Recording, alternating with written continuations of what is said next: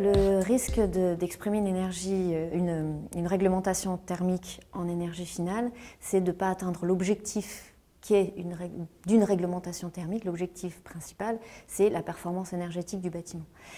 Dans la performance énergétique du bâtiment, on a les besoins en énergie du bâtiment lui-même.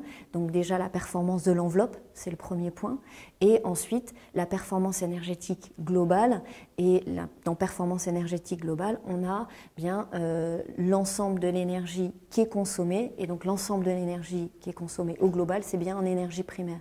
Si on n'a pas cet indicateur-là en énergie primaire, on va traiter le problème que sur une partie, c'est-à-dire qu'on ne va pas regarder la chaîne énergétique de la consommation d'énergie. D'où vient l'énergie, comment elle est produite, avec quelle efficacité.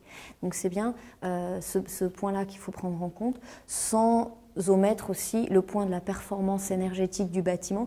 Et là, on parlerait peut-être plus d'énergie utile. C'est dans la réglementation thermique 2012, par exemple, le BBio, qui a son intérêt.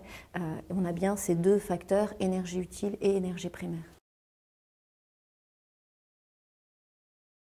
Sur cette optique-là, justement, de performance énergétique globale, c'est-à-dire que si on prend le cas, par exemple, du chauffage électrique, la performance énergétique globale du chauffage électrique est intéressante si on va vers des pompes à chaleur. On va utiliser efficacement l'électricité pour pouvoir faire du chauffage au lieu de l'utiliser bêtement avec une résistance électrique qui elle-même n'est pas efficace de manière globale parce que cette électricité, il a fallu la fabriquer et on a consommé 3 fois plus d'énergie pour la fabriquer. Dans tous les systèmes, en fait, il faut aller vers cette performance globale et quels que soient les types de systèmes, d'une part, et d'autre part, aller au maximum, dans la mesure du possible, vers une source d'énergie renouvelable qui permet d'aller vers un système énergétique durable.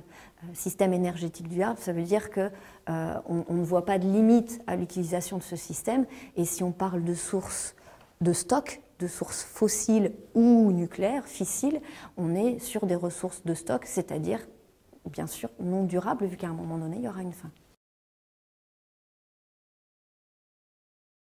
Il y a 2 points. Un dont j'ai déjà parlé, c'est-à-dire qu'on va consommer 3 fois plus d'énergie à la source que la chaleur qui est produite, mais également une problématique de demande de pointe, c'est-à-dire que le chauffage électrique va augmenter la puissance instantanée nécessaire sur le réseau d'électricité en hiver, et en particulier, on a une sensibilité énorme sur la température extérieure. On a 1 degré de moins une journée d'hiver, on a 2000 MWh de plus en puissance à produire, ce qui est énorme. Hein. 2000 MWh, c'est l'appel de puissance en base de la ville de Paris. Et donc ça, au niveau national, il faut pouvoir le gérer. Et je vous assure que si vous en discutez avec quelqu'un d'RTE, c'est pas du tout facile à gérer. Les pointes de la consommation d'électricité, elles sont différents ordres hein, au niveau journalier, où là on peut utiliser des systèmes de réseaux intelligents, où on lisse un petit peu, on va arrêter certains systèmes qui sont sur la durée, comme un chauffe-eau électrique par exemple, et puis pour pouvoir reconsommer plus tard, mais ça c'est sur la pointe journalière. Sur la pointe saisonnière, il faut limiter le chauffage électrique. C'est le critère principal puisqu'il englobe l'ensemble des impacts de l'énergie. On prend l'énergie à la source.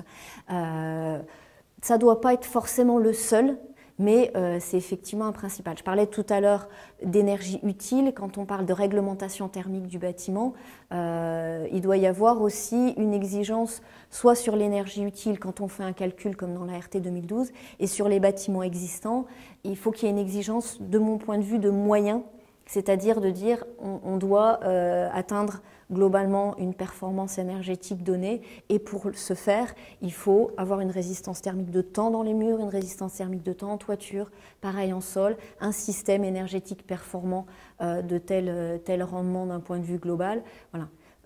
Sur le bâtiment existant, en particulier la maison individuelle, ce serait plus sur l'aspect exigence de moyens. À ce moment-là, on parle plus d'énergie primaire, mais dans un objectif général, effectivement, d'efficacité en énergie primaire, bien sûr.